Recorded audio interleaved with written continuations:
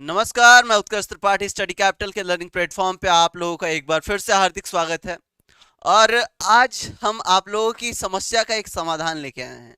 जैसा कि बहुत प्रश्न आ रहे हैं कि सर PGQP01 क्या है, PGQP74 क्या है, सर कौन दे सकता है PGQP01, कौन 74 दे सकता है, इसमें क्या आएगा सर, किसमें हिस्ट्री पढ़ना है, किसमें इकोनॉमिक्स पढ़ना है। बहुत सारे क्वेश्चन ऐसे आपके मन में आ रहे हैं बार बार। तो इन सारे प्रश्नों को एक बॉक्स में बंद करते हैं और बॉक्स को लेके यहाँ पे खोलते हैं, तो सारे उत्तर आपको अपने आप मिल जाएंगे। तो शुरू करते हैं। पहले तो आप ये डिसाइड कर लीजिए कि आपको एडमिशन कहाँ लेना है।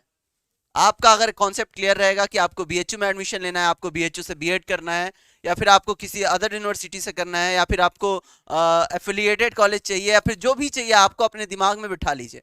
उसके बाद आप बिठा लीजिए कि आपको किस सब्जेक्ट के हैं, आपको क्या पढ़ना है। ये नहीं कि आप देख रहे हैं कि 74 कोड है, 74 में अगर आपको कहीं ह्यूमैनिटीज का सब्जेक्ट दिख रहा है तो आप वो भी पढ़े जा रहे हैं, आप हिस्ट्री ही पढ़े जा रहे हैं। तो ऐसा नहीं करना है। आपको PGQP74 करना है ना, PGQP74 पढ़ना है हिंदी बीएचयू बीएड के लिए। PGQP01 है आपका कोड, PGQP01 कोड है आपका अदर यूनिवर्सिटीज में जो CUET बीएड है उसका। लेकिन आपका जो बीएचयू बीएड के जो एस्पिरेंट हैं, जो बीएचयू बीएड के माध्यम से एडमिशन लेना चाहते हैं, बीएड करना चाहते हैं, उनके लिए जो कोड है वो PGQP74 है। दोनों के सिलेबस में बहुत अंतर है। PGQP01 के सिलेबस में और PGQP74 के सिलेबस में बहुत अंतर है।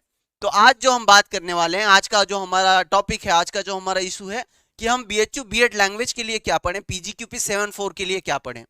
PGQP74 में क्या क्या आएगा, PGQP74 का पैटर्न क्या है, इससे पहले पैटर्न क्या था, सारे प्रश्न जो हैं, सारे प्रश्नों का जवाब आपके पास लेके आया हूं मैं इस वीडियो के माध्यम से।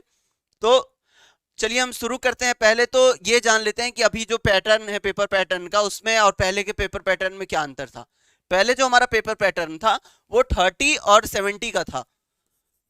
30 और 70 का हमारा पेपर पैटर्न था, जिसमें 30 में आपका जो है कि रीजनिंग और मेंटल एबिलिटी, टीचिंग एप्टीट्यूड सारे रहते थे। बाकी 70 में आपके हिंदी इंग्लिश संस्कृत रहते थे। लेकिन अभी जो पैटर्न है, अभी उसका पैटर्न जो है चेंज हो गया है। अभी सारी चीजें बदल गई हैं। कैसे बदली हैं देखिए, पहले बात करते हैं। There will be 2 parts in a paper. आपके जो पेपर होगा, आपका जो PGQP74 है, जो आप बीएचयू बीएड लैंग्वेज, ध्यान दीजिए, बीएचयू बीएड लैंग्वेज, ह्यूमैनिटीज नहीं, बीएचयू बीएड लैंग्वेज, ये भी PGQP01 से ये अलग है। तो पहले ये दिमाग में बैठाइए कि जो हम कर रहे हैं, जो जिसकी हम तैयारी कर रहे हैं, उसका कोर्स क्या है, उसका कोर्स कोड क्या है।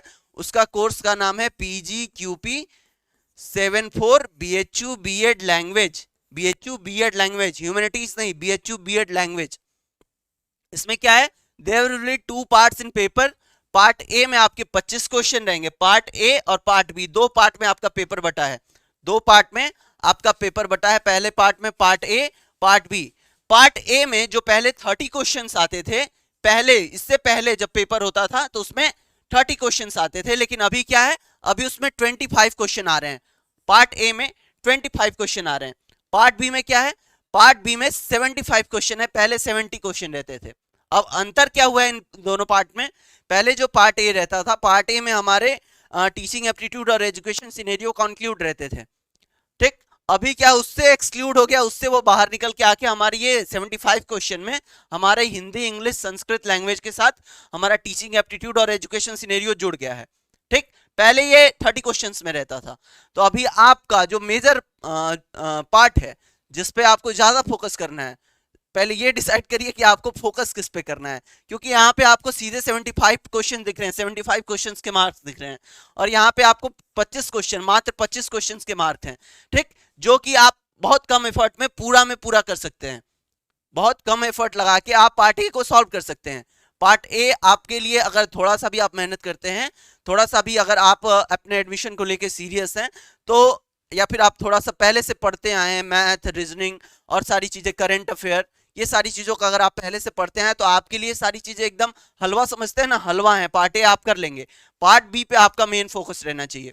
और जब आप बीएचयू जैसे यूनिवर्सिटी से बीएड करने की बात सोचते हैं, तो ये सोचिए कि आपका कंपटीशन कम से कम 10,000 में 30 के लिए कंपटीशन है।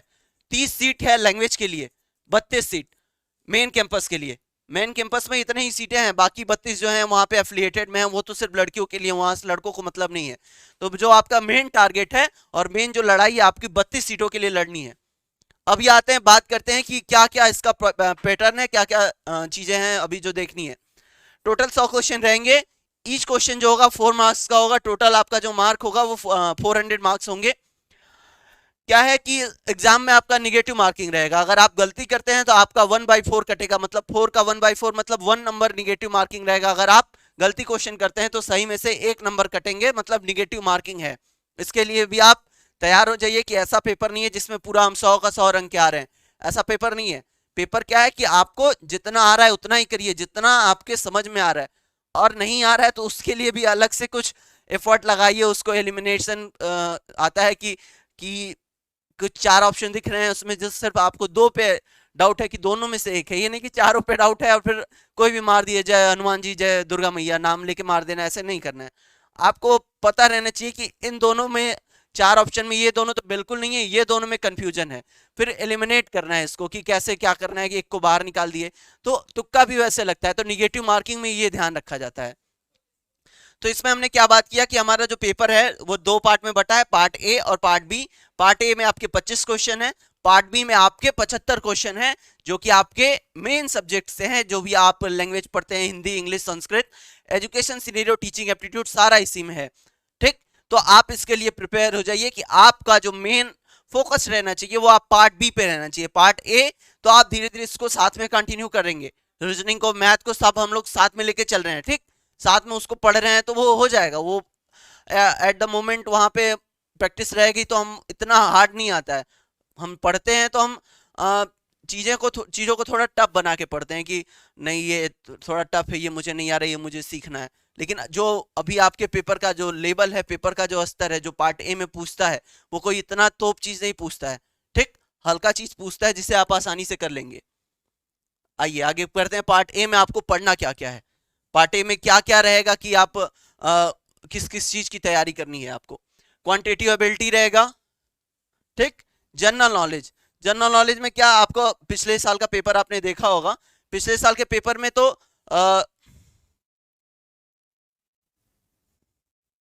पिछले साल के पेपर में तो ज्यादातर करंट अफेयर से ही क्वेश्चन आए थे और कुछ नहीं था। पार्ट ए में करंट अफेयर के कि फला पद पे कौन नियुक्त है, या फिर अभी हम पेपर सॉल्व करने वाले हैं, जस्ट इसके बाद हम पेपर सॉल्व करेंगे जिससे आप देख पाएंगे कि किसमें क्या आ रहा है। ठीक, लैंग्वेज कंप्रीहेंशन, मैथ रहेगा, मैथ बेसिक मैथ रहेगा, लैंग्वेज कंप्रीहेंशन रहेगा। लैंग्वेज कंप्रीहेंशन जैसे आप हिंदी, इंग्लिश, संस्कृत फॉर्म भरते समय लैंग्वेज कंप्रीहेंशन आपसे पूछा जाएगा कि आप कौन से लैंग्वेज सेलेक्ट करना चाहते हैं। अगर आप हिंदी भी पढ़ते हैं, इंग्लिश पढ़ते हैं, संस्कृत पढ़ते हैं, तो आप हिंदी इंग्लिश में से कोई भी लैंग्वेज अगर पार्ट ए में आता है तो आप इजीली कर लेंगे, क्योंकि आप 75 क्वेश्चन के लिए हिंदी को डीपली पढ़ रहे हैं, आप उसका साहित्य पढ़ रहे हैं, आप उसका व्याकरण पढ़ रहे हैं, आप संस्कृत का साहित्य पढ़ रहे हैं, आप संस्कृत का व्याकरण पढ़ रहे हैं। फिर आपको छोटे छोटे क्वेश्चन जो आएंगे, छोटे छोटे संधि समाज से प्रश्न आ गए, या फिर इंग्लिश लिए तो कुछ उससे प्रश्न आ गए, तो ऐसे टॉपिक के लिए तो आप अपने आप तैयार हो जाएंगे। ठीक, अगला हमारा वर्बल एबिलिटी। रीजनिंग में आप पढ़ते हैं कि वर्बल, नॉन वर्बल रीजनिंग आप पढ़ते हैं ना, तो वो उसके लिए भी आपको तैयार रहना है। तो यही हमारा पार्ट ए है जो आपका कंटेन करेगा 25 क्वेश्चन, इट मींस 100 मार्क्स, जो कि आपको रैंक दिलाने में, आपको एडमिशन दिलाने में बहुत मददगार साबित होने वाला है। अगर आप यहाँ पे फुल में फुल सिक्योर कर लेते हैं, या फिर आप 22-23 जाते हैं, 22-23 क्वेश्चन जाते हैं, तो भी आप बहुत अच्छा जा रहे हैं, बहुत अच्छा आपका वो स्कोर माना जाएगा। अगर आप यहाँ से गेन करते हैं, अपने आप को मजबूत करते हैं, तो आपको आगे ये बहुत हेल्प करेगा कि आप कितना अच्छा रैंक पाते हैं, और बीएचयू में जो आपकी सीट्स कम है उस पर आप कितना फाइट के नजदीक जा रहे हैं, कितने फाइट के क्लोज जा रहे हैं। ठीक, अगला जो हमारा पार्ट है वो है पार्ट बी। पार्ट बी में क्या है कि हमारा Hindi, English, Sanskrit, teaching aptitude and education scenario. Education scenario, ये हमारी 5 चीजें हैं जो हमारा 75 नंबर का 75 क्वेश्चन जो 300 मार्क्स के ये डिसाइड करते हैं। 75 क्वेश्चन जो है हमारे 300 नंबर की ये डिसाइडिंग है, तो आप इसके लिए भी तैयार रहें, क्योंकि ये आपका मेन पार्ट है। जो पार्ट बी है यहीं पे आपको ज्यादा फोकस करना है, यही आपको ज्यादा अच्छे से पढ़ना है, ज्यादा ध्यान से पढ़ना है। ठीक, अब आपको यहाँ पे कंफ्यूज नहीं होना कि आपको इसमें हिस्ट्री कहाँ से पढ़ना है, आपको इसमें इकोनॉमिक्स कहाँ से पढ़ना है, आपको ज्योग्राफी पढ़ना है। आप लैंग्वेज के हैं, आपको सिर्फ लैंग्वेज पढ़ना है, आपको Hindi English Sanskrit teaching aptitude education scenario पढ़ना है पार्ट बी के लिए। आपको वहां पे जो पढ़ना है वो रीजनिंग, मैथ, वर्बल एबिलिटी, थोड़ा सा करंट अफेयर, जनरल नॉलेज जो है, बेसिक चीजें जो पूछी जाती हैं। अभी क्या पूछा जाता है अभी हम तुरंत देखने वाले हैं, जिससे आपको क्लियर हो जाएगा पार्ट ए में क्या पूछा जाता है। क्योंकि आज का जो हमारा टॉपिक है, अभी जो चीज हम पढ़ने वाले हैं वो हमारा पार्ट ए ही है। तो हम पार्ट ए के बारे में, पार्ट ए के जो क्वेश्चंस हैं उसे अभी हम देखते हैं। ठीक, चलिए।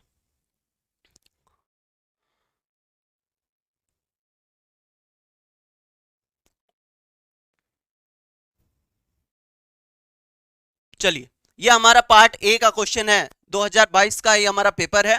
2022 में जब पेपर हुआ था लैंग्वेज का, तो उस समय का ये हमारा पेपर है, जिसमें आपको पता चल जाएगा कि पार्ट ए में क्या पूछा जाता है, पार्ट ए के कैसे क्वेश्चंस रहते हैं। ठीक, तो आइए हम थोड़ा क्वेश्चन देखते हैं, आपको भी लगेगा कि पार्ट ए में क्या है। ठीक, धीरे धीरे। अभी हमारा जो पहला क्वेश्चन आपको दिख रहा होगा स्क्रीन पे, कि निम्नलिखित में से कौन सा वर्ण व्यंजन नहीं है। बहुत आसान क्वेश्चन, कितना आसान क्वेश्चन है, देखिए। निम्नलिखित में से कौन सा वर्ण व्यंजन नहीं है। अब स्वर व्यंजन की जानकारी जो होता है हम बचपन से पढ़ते आए हैं, फिर भी हम कोई कॉम्पिटिटिव एग्जाम देते हैं, नौकरी के लिए एग्जाम देते हैं, एडमिशन के लिए एग्जाम देते हैं, तो इन सारे प्रश्नों को हमें फिर से पढ़ना होता है, क्योंकि हमने उस समय तो ध्यान दिया नहीं था। हमें क्या पता था कि ये जो क ख ग हम याद कर रहे हैं, ये जो अ आ हम ई याद कर रहे हैं, ये हमें बाद में काम आने वाले हैं। अगर पता होता तो उसी समय से पढ़ते आते ना, उसी समय से भूलते ही नहीं।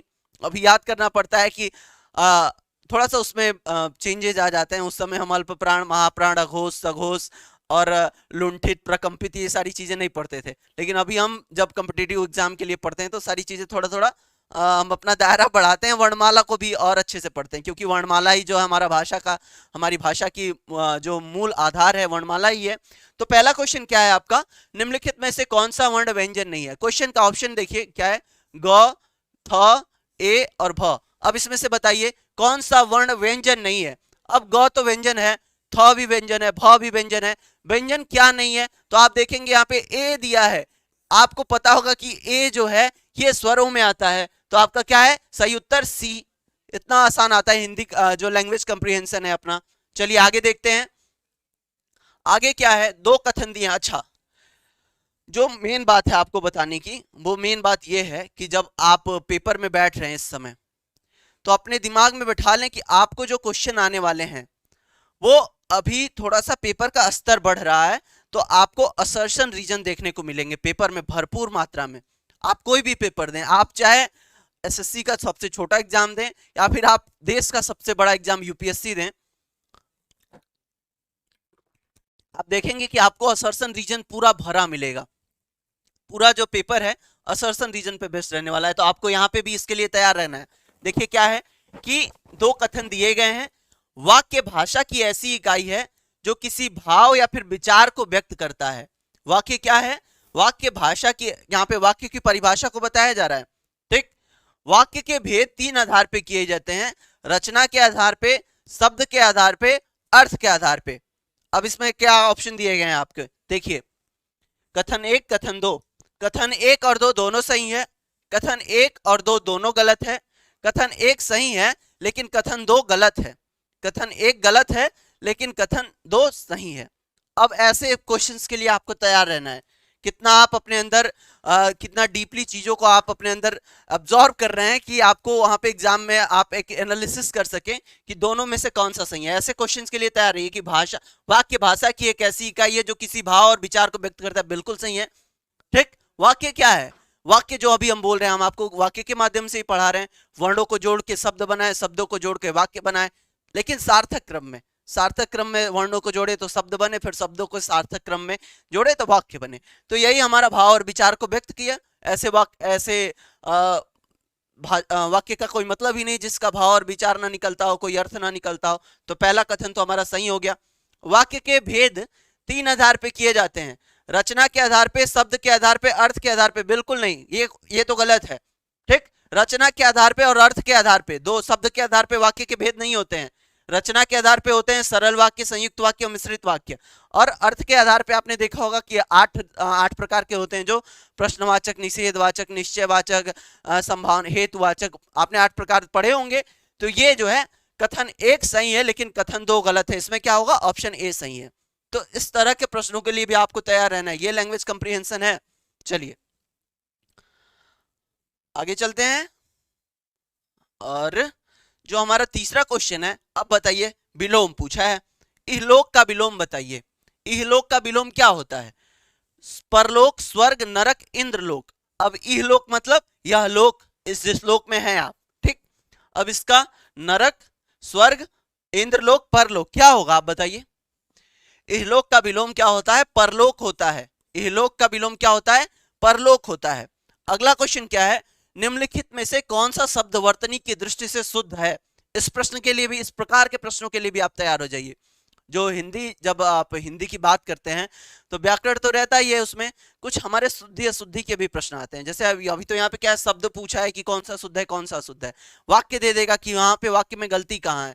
तो इस तरह के प्रश्नों के लिए भी आपको तैयार रहना है। क्या है कि ज्योत्सना कैसे लिखते हैं। अब इसमें आपको बताना है ज्योत्सना 4 ढंग से लिखा गया है यहाँ पे, option A, option B, option C, option D. तो आप देखेंगे कि सी तो बिल्कुल गलत लग रहा है, डी भी गलत लग रहा है, ज्योत्सना ये भी गलत लग रहा है। ये जो ऑप्शन बी है ये सही है। ऑप्शन बी जो है क्वेश्चन नंबर 4 का ऑप्शन बी सही है, ठीक। तो ज्योत्सना कैसे लिखते हैं, तो ये भी आपसे पूछा जा सकता है। जैसे पेपर में कई बार आशीर्वाद या फिर ऐसे आशीर्वाद जैसे शब्द जो है कि बहुत चर्चित हैं कॉम्पिटिटिव एग्जाम में भी, जो है कि जब आप यूपी का कोई एग्जाम देते हैं जहाँ पे हिंदी पूछी जाती है, वहाँ पे ऐसे प्रश्न आपको देखने को मिलते हैं कि आशीर्वाद कैसे लिखते हैं। और चंद्रबिंदु और बिंदु के खेल में आपको खिला देगा कि कहाँ चंद्रबिंदु लगाएंगे कहाँ बिंदु लगाएंगे, ऐसे खेल आपको देखने को मिलेगा। संसर्ग कैसे लिखेंगे, ऐसे शब्द आपको देखने को मिलेंगे। चलिए अगला है, कुल का समानार्थी शब्द क्या है। अब यहाँ पे कुल का समानार्थी आपको बताना है। अब देखिए आपने क्वेश्चन नंबर 5 क्या है, कुल का समानार्थी शब्द क्या है। ये हम लैंग्वेज कंप्रीहेंशन देख रहे हैं, लैंग्वेज कंप्रीहेंशन देख रहे हैं हम। तो कुल का शाब्दिक अर्थ क्या है, समानार्थी क्या है कुल का? किनारा, वंश, तट और पुत्र, ठीक। अब कुल का शाब्दिक अर्थ क्या होता है, समानार्थी क्या है? कुल का वंश होता है ना, कि कहते हैं कि किस कुल में पैदा हुए हो, तो कुल का समानार्थी क्या हो जाएगा? कुल का समानार्थी क्या हो जाएगा? वंश। अगला क्वेश्चन है, जो आंखों के सामने हो एक शब्द में क्या बोलते हैं? प्रत्यक्ष बोलते हैं। जो आंखों के सामने हो उसे क्या बोलते हैं? प्रत्यक्ष बोलते हैं, प्रत्यक्ष, जो आंखों के सामने हो। अगला क्या है हमारा, ऐसे ही आपको लैंग्वेज कंप्रीहेंशन में देखने को मिलेंगे क्वेश्चन, उंगलियों पर नचाना मुहावरे का सही अर्थ कौन सा है, बताइए। परेशान करना, इशारा करना, वश में करना, शोषण करना। उंगलियों पर नचाना मुहावरे का क्या अर्थ है? परेशान करना, इशारा करना, वश में करना, शोषण करना। क्या है? वश में करना। उंगलियों पर नचाना कि हम तुमको उंगली पे नचाते हैं, इस ढंग से आपने कथन सुने होंगे ना। उंगली पर नचाने का क्या अर्थ हुआ? परेशान वश में करना। अगला जो क्वेश्चन है हमारा वो है कि निम्नलिखित में से शुद्ध वाक्य का चयन कीजिए। अभी इस पे हम लोग बात ही कर रहे थे ना कि शुद्ध वाक्य का पूछ सकता है आपको, जैसे शुद्ध शब्द पूछा ऐसे शुद्ध वाक्य भी पूछ सकता है कि बच्चों से क्रोध मत करो, बच्चों पर क्रोध मत करो, बच्चों से ही क्रोध करो, बच्चों से क्रोध नहीं करो। अब इसमें आपको बताना है कि कौन सा सही है। जब आपको ऐसे शब्द आते हैं कि तो इसके लिए क्या होता है कि व्याकरणिक ज्ञान भी हमारा आवश्यक होता है और साथ ही हमारा व्यवहारिक ज्ञान भी आवश्यक होता है ऐसे प्रश्नों को सॉल्व करने के लिए। अब कुछ ऐसे शब्द होते हैं, वाक्य होते हैं जिसका हम प्रयोग अपने दिनचर्या में करते रहते हैं, ठीक। तो अभी इसको पढ़िए आप, बच्चों से क्रोध मत करो, बच्चों से क्रोध मत करो। इसके अलावा पढ़िए, बच्चों पर क्रोध मत करो, बच्चों से ही क्रोध करो, बच्चों से क्रोध नहीं करते। इसमें सबसे सही क्या लग रहा है आपको? एक ऐसे नहीं कुछ पता है हमको, नहीं व्याकरणिक ज्ञान है, नहीं कुछ समझ में आ रहा है, तो हम इसको पढ़ के भी अंदाजा लगा सकते हैं ना कि क्या हो सकता है इसमें। तो आपको देखेंगे तो सबसे सही यही लग रहा है कि बच्चों पर क्रोध मत करो। अगला है, निम्नलिखित में से तत्सम कौन सा नहीं है? कौन सा शब्द तत्सम नहीं है? कांस्य, बंदूक, खंडहर, निर्झर। बताइए निम्नलिखित में से कौन सा शब्द तत्सम नहीं है? कांस्य नहीं है, खंडहर नहीं है, बंदूक नहीं है, कि निर्झर नहीं है? इसमें आपको बताना है। आप देखेंगे कि कांसा होता है ना, कांसे को क्या बोलते हैं हम साधारण भाषा में, जो हमारी दैनिक बोलचाल की भाषा होती है। तत्सम तद्भव में क्या अंतर होता है बेसिकली, कि जो तद्भव होता है वो हमारी जो बोलचाल की भाषा होती है। तद्भव मतलब जिससे उद्भव हुआ है, तद्भव। तत्सम मतलब उसके समान, उसके मतलब किसके समान, संस्कृत के समान जो भाषा है वो हमारी तत्सम है। और तद्भव जो उसके समान है, तद्भव जिसको, जिसका उससे उद्भव हुआ है, भव मतलब होना, तद मतलब उससे, जिसका उससे उद्भव हुआ है मतलब जिसका संस्कृत से उद्भव हुआ है। अब इसमें देखेंगे कहां से, तो हमारा तत्सम शब्द है, हमारा बंदूक है, निर्झर है, खंडहर है। खंडहर जो है हमारा तत्सम नहीं है, ठीक। क्योंकि तत्सम तद्भव पहचानने के ये भी बेसिक नियम होते हैं कि जहां पे आपको चंद्र बिंदु देखने को मिलेगी वो तद्भव में होता है, और ये अनुस्वार जहां होता है वो तत्सम होता है। अनुस्वार तत्सम, तद्भव में चंद्र बिंदु देखने को मिलता है वो तद्भव में होता है बेसिकली। चलिए अगला चलते हैं। अगला क्वेश्चन क्या है हमारा, निम्नलिखित में से कौन सा कथन सही नहीं है। हिंदी में सभी विशेषणों का प्रयोग संज्ञाओं के समान होता है। देखिए अब यहाँ पे 4 परिभाषाएं दी हैं आपको। विशेषणों में परोक्ष रूप से लिंग, वचन और कारक होते हैं। विशेषणों के मुख्य रूप से 4 भेद होते हैं, 4 भेद किए गए हैं। सार्वनामिक विशेषण के 2 भेद हैं, मूल और यौगिक। इसमें से कौन सही नहीं है आपको बताना है, इसमें से कौन सा सही नहीं है आपको बताना है। तो इसमें आप देखेंगे कि विशेषणों के मुख्य रूप से 4 भेद किए गए हैं, ये गलत है, बाकी सब सही है। विशेषणों का प्रयोग संज्ञाओं के समान होता है। विशेषण परोक्ष रूप से लिंग, वचन, कारक होते हैं। विशेषण के मुख्य रूप से 4 भेद किए गए हैं, ये गलत है, ठीक। अब चलिए आगे चलते हैं। देखिए 10 क्वेश्चन आपके लैंग्वेज कंप्रीहेंशन के आपको देखने को मिले हैं। ये पार्ट ए हम लेके चल रहे हैं, पार्ट ए के बारे में बात कर रहे हैं। तो आपको देखना, आपने देखा यहाँ पे 10 क्वेश्चन आपको देखने को मिले हैं सिर्फ लैंग्वेज कंप्रीहेंशन, मतलब आपने हिंदी चुना है, इंग्लिश चुना है, जो भी आपने चुना है उसके आपको 10 क्वेश्चन शुरुआत में मिले। अगला जो हमारा है इसमें आपको भारत सरकार के नए मुख्य आर्थिक सलाहकार के रूप में नियुक्त हुए हैं। अब बताइए इसमें आपको करंट अफेयर, जो वहां पे हमने जनरल नॉलेज पढ़ा था, जनरल नॉलेज में मैंने आपको शुरुआत में ही बताया कि पिछले साल के पेपर में आपको करंट अफेयर के क्वेश्चन देखने को मिले थे यहाँ पे। तो अब इसमें क्या है कि निम्नलिखित में से भारत सरकार के नए मुख्य आर्थिक सलाहकार के रूप में नियुक्त हुए हैं बी अनंत नागेश्वरम, अरुण कुमार सिंह, विजय शर्मा और कार्तिक सेन गुप्ता। तो इसमें आप देखेंगे कि बी अनंत नागेश्वरन सही होंगे, इसके जवाब जो होंगे बी अनंत नागेश्वरन। अगला क्वेश्चन है निम्नलिखित में से कौन सी कंपनियों ने हाल में 7 नई सार्वजनिक रक्षा उपक्रम कंपनियां स्थापित की हैं जिसे आयुध निर्माण बोर्ड की पुनर्संरचना करने के माध्यम से स्थापित किया गया था। अब देखिए ये भी आपका करंट है, करंट से रिलेटेड। अब हमारे स्टडी कैपिटल पे क्या है, रोज सुबह आपको करंट की क्वेश्चन देखने को मिलते हैं। करंट की हम एक सीरीज चलाते हैं जिसमें आपको रोज सुबह करंट के जो भी करंट इश्यूज होते हैं और करंट के जो भी क्वेश्चन बनने वाले होते हैं उस पर हम बात करते हैं। तो आपके लिए वो लाभदायक होगा और हमारे टेलीग्राम ग्रुप पे आपको उस करंट अफेयर का PDF भी मिल जाता है। तो इसके माध्यम से आप करंट को अपने मजबूत कर सकते हैं। अगला है, इसको भी देखिए असर्सन रीजन के माध्यम से दिया, वेपन्स इंडिया लिमिटेड, म्यूनिशंस अंस इंडिया लिमिटेड, यंत्र India limited, gliders India limited. तो इसको भी असर्सन रीजन के माध्यम से दिया है कि इसमें 3 क्वेश्चन दिया है, तीनों में से केवल ABCD सही है, केवल C केवल D सही है, केवल ACD सही है, केवल BCD सही है। अब कमला दास की आत्मकथा का क्या नाम है, माई स्टोरी। ये भी कहीं ना कहीं करंट अफेयर का ही पार्ट था या फिर जनरल नॉलेज में ले सकते हैं इसको, जैसे भी, क्योंकि कहीं ना कहीं क्वेश्चन कहाँ से आते हैं, करंट अफेयर के या फिर हिस्ट्री के, ज्योग्राफी के क्वेश्चन कहाँ से आते हैं, क्योंकि ऐसे क्वेश्चन होते हैं जो साल 1.5 साल में या फिर नजदीकी हालिया 6 महीने में, 1 महीने में ये मुद्दा रहा होगा, कहीं कहीं कोई इशू आया होगा इससे रिलेटेड, फिर वो क्वेश्चन बन जाता है। अब कमला दास की आत्मकथा का क्या नाम है, my story, listen I tell you, wings of fire, biography of unknown Indian. तो आप देखेंगे कि यहां पे विंग्स ऑफ फायर किसकी है, कलाम जी की है, सब जानते हैं। और जो कमला दास की आत्मकथा है उसका नाम है माई स्टोरी। कमला दास की जो आत्मकथा है उसका नाम है माई स्टोरी।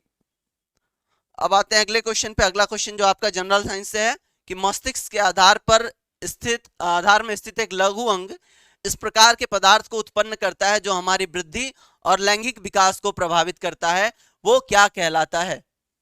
क्या क्वेश्चन है कि मस्तिष्क के आधार में स्थित एक लघु अंग इस प्रकार के पदार्थ को उत्पन्न करता है जो हमारी वृद्धि और लैंगिक विकास को प्रभावित करता है, क्या कहलाता है? ठीक, इसमें क्या है आपका पिट्यूटरी ग्रंथि, हाइपोथैलेमस ग्रंथि, पीनियल ग्रंथि और एड्रिनल ग्रंथि। तो आप बताएंगे कि इसमें से क्या है। ठीक, तो ये आपका जनरल साइंस को यहाँ पे आपको देखने को मिले, ये क्वेश्चन ड्रॉप कर दिया गया था बीएचयू की तरफ से। अगला क्वेश्चन क्या है, निम्नलिखित में से किसने 2 नोबेल पुरस्कार प्राप्त करने वाली महिला? अब ये देखिए आपका जनरल साइंस, जैसे आप 9th-10th में रेडियो एक्टिव पढ़ते होंगे, रेडियो एक्टिव पदार्थ और जो भी हम इलेक्ट्रॉन, प्रोटॉन, न्यूट्रॉन, ये सारी जनरल साइंस हो जाती हैं बाद में, क्योंकि ये बेसिक साइंस की जानकारियां हैं। तो यहाँ पे आप देखेंगे कि किसने 2 नोबेल पुरस्कार प्राप्त किया था, कौन सी ऐसी महिला है? मैडम क्यूरी, एंड्रिया गेज, डोना स्ट्रिकलैंड और मारिया गोएपर्ट मेयर। तो आप देखेंगे इसमें जो मैडम क्यूरी हैं, मैडम क्यूरी ने 2 नोबेल पुरस्कार को प्राप्त करने वाली महिला थी। अगला जो क्वेश्चन है, अब देखिए यहां से आपका आ गया वर्बल रीजनिंग। ठीक, वर्बल रीजनिंग में क्या है कि ये जो है UOJAKAHU का अर्थ है वी ग्रेट इंडियन कंट्री। अब इसको करने का तरीका हमारे रीजनिंग क्लास में इस तरह के क्वेश्चन को सॉल्व करने का बताया जाता है। वैसे मैं तो अभी यहाँ पे सॉल्व करके बता दूंगा, लेकिन अभी हमारे पास टाइम कम है। ये हम एक डिटेलिंग वीडियो बना रहे हैं जिससे आपको पता चलेगी कैसे क्वेश्चन आते हैं। तो ऐसे क्वेश्चन आप देखिए, ऐसे क्वेश्चन आपको एसएससी में भी देखने को मिलते हैं। ठीक, तो इसका क्या अर्थ है, ग्रेट का क्या कूट है, ऐसे क्वेश्चन देखने को मिलेंगे। आगे देखिए, फिर से एक हमारा वर्बल रीजनिंग का क्वेश्चन है कि A@B का अर्थ है कि A B की माँ है, A हैज B का अर्थ है कि A B का पिता है, A रुपए B का अर्थ है कि A B का पुत्र है। फिर समीकरण में क्या संबंध है, ये भी आपका एकदम एसएससी का क्वेश्चन देखने को मिला है यहाँ पे आपको। फिर अगला क्वेश्चन है कि निम्नलिखित में से कौन सा संगठन वैश्विक भुखमरी सूचकांक जारी, किस संगठन के द्वारा भुखमरी सूचकांक को जारी किया जाता है? विश्व स्वास्थ्य संगठन, concern world wide and the health hunger life, खाद्य एवं कृषि संगठन, विश्व खाद्य कार्यक्रम। इसके अतिरिक्त फिर से आपको यहाँ पे रीजनिंग देखने को मिलेगा कि नृत्य में 7 छात्र हैं, TUVWXYZ। ठीक, और इनको नृत्य प्रस्तुति देना है। इस तरह के क्वेश्चन जो वर्बल रीजनिंग होता है, ठीक, जैसा कि इसके ऊपर हमारा कुछ क्वेश्चन था, ऐसे क्वेश्चन आपको रीजनिंग में देखने को मिलेंगे। यदि U तीसरे क्रम पर प्रस्तुत करता है, Y शीघ्रतम कब प्रस्तुति दे सकता है? फिर आपको यहाँ पे वर्बल रीजनिंग देखने को मिला। अब ऑक्सन वर्ण से कितने प्रकार, ऑक्सन वर्ण को कितने प्रकार से व्यवस्थित किया जा सकता है जिसमें स्वर सदैव एक साथ आए? फिर आपका यहाँ पे परमुटेशन, कॉम्बिनेशन, बेसिक मैथ आपको देखने को मिलेगा। फिर यहाँ पे एक घन का पृष्ठीय क्षेत्रफल इतना है तो घन का आयतन कितना होगा? यहाँ पे आपको अलजेब्रा देखने को मिला कि x/y is equal to 1/3 then x² + y² / x² - y² कितना होगा? अब देखिए क्या है, 450 रुपया की धनराशि के लिए 4.5% प्रतिवर्ष साधारण ब्याज की दर से 81 रुपया को प्राप्त करने में कितना समय लगेगा? यहाँ पे आपका सिंपल इंटरेस्ट का जो फॉर्मूला होता है याद तो होगा ही सबको, SI = P × R × T/100, उसको यहाँ पे अप्लाई करके निकालेंगे। 7 क्रमागत संख्याओं का औसत 20 है तो सबसे छोटी एवं सबसे बड़ी संख्या का योग कितना होगा? इसको भी आपको निकालना रीजनिंग में बताया जाएगा। ठीक, तो आपका ये पार्ट ए का जो था क्वेश्चन, आज का ये जो वीडियो बनाने का हमारा मोटो था, आज का हमारा जो वीडियो बनाने का उद्देश्य था वो यही था कि आप पार्ट ए को समझ लें, और पार्ट ए में आपको ज्यादा क्या पढ़ना है इस पे ध्यान लें। आप करंट अफेयर पढ़ेंगे, आप मैथ पढ़ेंगे, आप वर्बल रीजनिंग पढ़ेंगे। ठीक, आप लैंग्वेज कंप्रीहेंशन पढ़ेंगे। आप लैंग्वेज के स्टूडेंट हैं, आप बीएड लैंग्वेज दे रहे हैं, आप बीएचयू से बीएड लैंग्वेज पास करने के इच्छुक हैं, आप चाहते हैं कि आपका एडमिशन हो, फिर आप तो लैंग्वेज कंप्रीहेंशन कर लेंगे। इसके अतिरिक्त आपके जो 75 क्वेश्चन होंगे वो अगले वीडियो में हम लेके आएंगे, उसके साथ उसका डिटेल सिलेबस भी आएगा, ताकि आपको समझ में आ जाए कि हमारा सिलेबस प्लस ये हमारा part A, syllabus plus part A आप PGQP 74 BHU बीएड लैंग्वेज का ये था। इसके साथ हम PGQP 01 का भी लेके आएंगे, लेकिन अगले वीडियो में। आज के वीडियो में इतना ही, मिलते हैं अपने अगले वीडियो में। धन्यवाद।